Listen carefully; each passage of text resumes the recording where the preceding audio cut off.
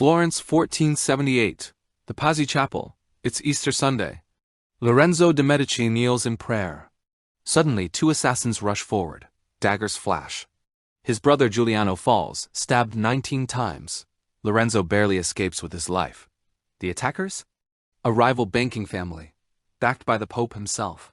Why would the Pope sanction the murder of Italy's most powerful banker? Because Lorenzo de' Medici and his family had become too powerful. They weren't just bankers anymore. They were kingmakers. At their height, the Medici fortune was worth an estimated $129 billion, or adjusted for inflation, $6.5 quadrillion in today's terms. They produced 4 popes, 2 queens of France, and funded the greatest artistic revolution in human history. This is the story of how one banking family became royalty and created the Renaissance itself. From Florentine merchants to the most powerful dynasty in Europe. Visual, medieval Florence, wool trade, early banking houses. Narration. The Medici family came from the Mugello region north of Florence. Agricultural, unremarkable. The name Medici means medical doctors in Italian, though the family wasn't particularly involved in medicine. They first appear in documents around 1230. Wool traders, modest wealth. For most of the 13th century, the banking center of Italy was Siena, not Florence. But in 1298, the Bonsignoris, one of Europe's leading banking families, went bankrupt. The financial hub of Renaissance Italy shifted from Siena to Florence, and the Medici seized the moment. In 1397, Giovanni di Bicci de' Medici founded the Medici Bank in Florence. The bank expanded rapidly. Branches opened across Europe: London, Bruges, Geneva, Lyon, Rome. But Giovanni's true genius was securing one client that would change everything: the Pope. In 1420, the Medici Bank became the depositor of the Apostolic Chamber, the Pope's official bank. They managed the papal treasury, collected church taxes across Europe, moved money for the Vatican. This wasn't just profitable. It was politically untouchable. Who attacks the Pope's banker? Giovanni never sought political office himself, but he used his wealth to rewrite Florence's tax code, gaining massive popular support. When he died in 1429, he passed the empire to his son, Cosimo de' Medici, Cosimo the Elder. And that's when the Medici stopped being just bankers. Visual, Cosimo's rise, political maneuvering, art patronage. Narration. 1434. Cosimo de' Medici returns from exile. He had been banished by the rival Albizzi family, who feared his growing power. But Cosimo had allies, money, and patience. Within a year, the Albizzi were exiled instead, and Cosimo ruled Florence. Not as king, not as duke. Officially, Florence was a republic. But everyone knew the truth. Pope Pius II said of Cosimo, "He is king in everything but name." Cosimo never held official political office. He didn't need to.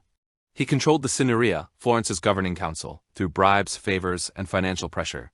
He used aggressive strategies to eliminate banking rivals. And he did something no other banker had done before.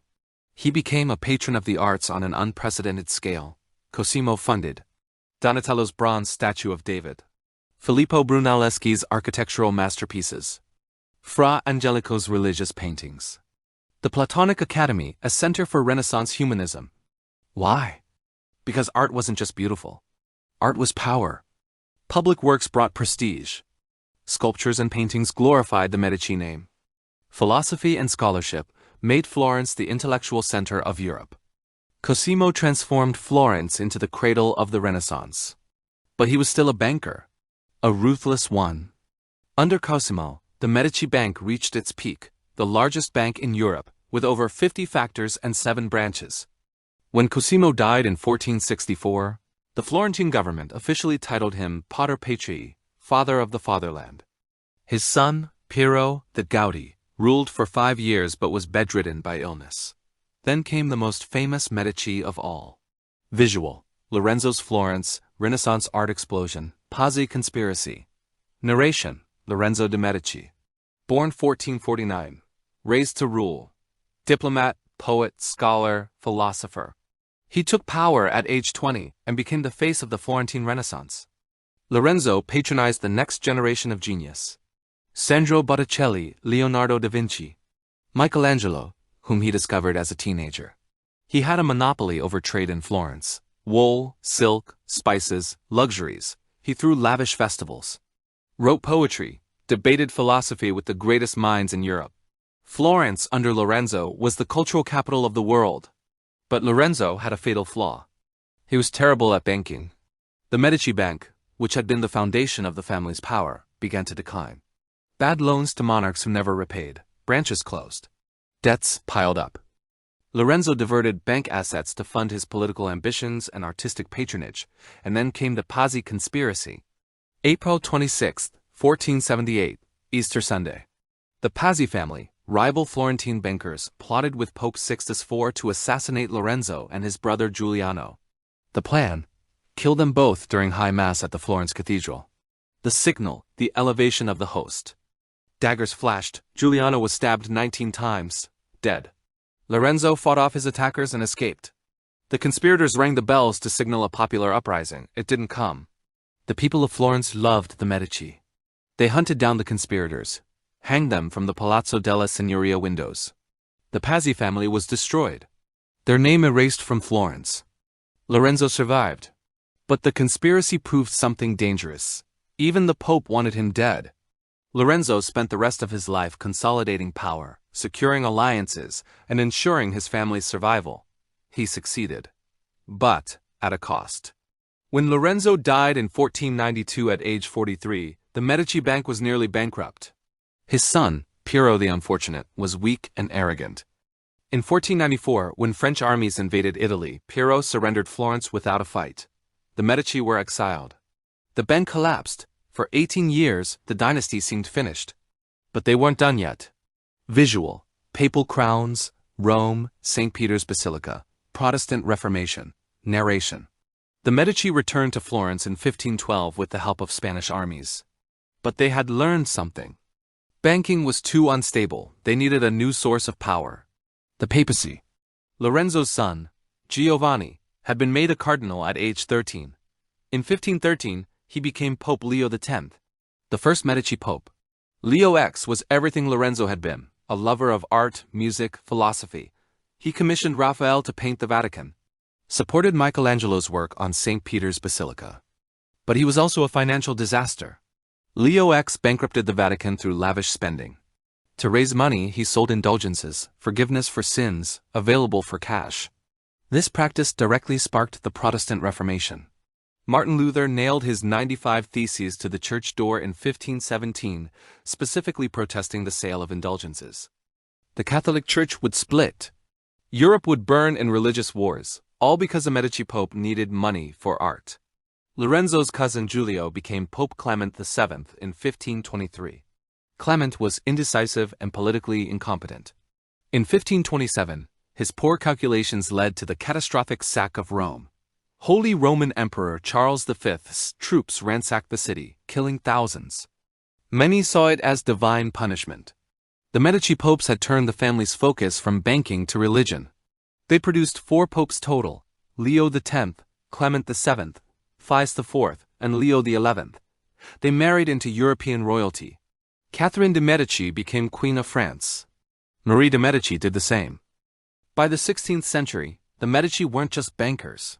They were dukes, grand dukes, popes, and queens. Visual. Uffizi Gallery, Medici Chapel, modern Florence, Renaissance art everywhere. Narration. The Medici dynasty officially ended in 1737, when the last Medici ruler died without a male heir. 3 centuries of power, gone, but their legacy? Immortal. The Medici didn't just patronize the Renaissance. They created it, without them. No Sistine Chapel ceiling, Michelangelo. No Birth of Venus, Botticelli. No David, both Donatello's and Michelangelo's. No Renaissance architecture in Florence. No Platonic Academy. No rebirth of classical learning.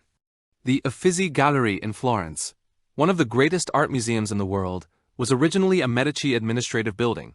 The collections inside? Amassed by the Medici over centuries. The Medici Chapel with Michelangelo's sculptures.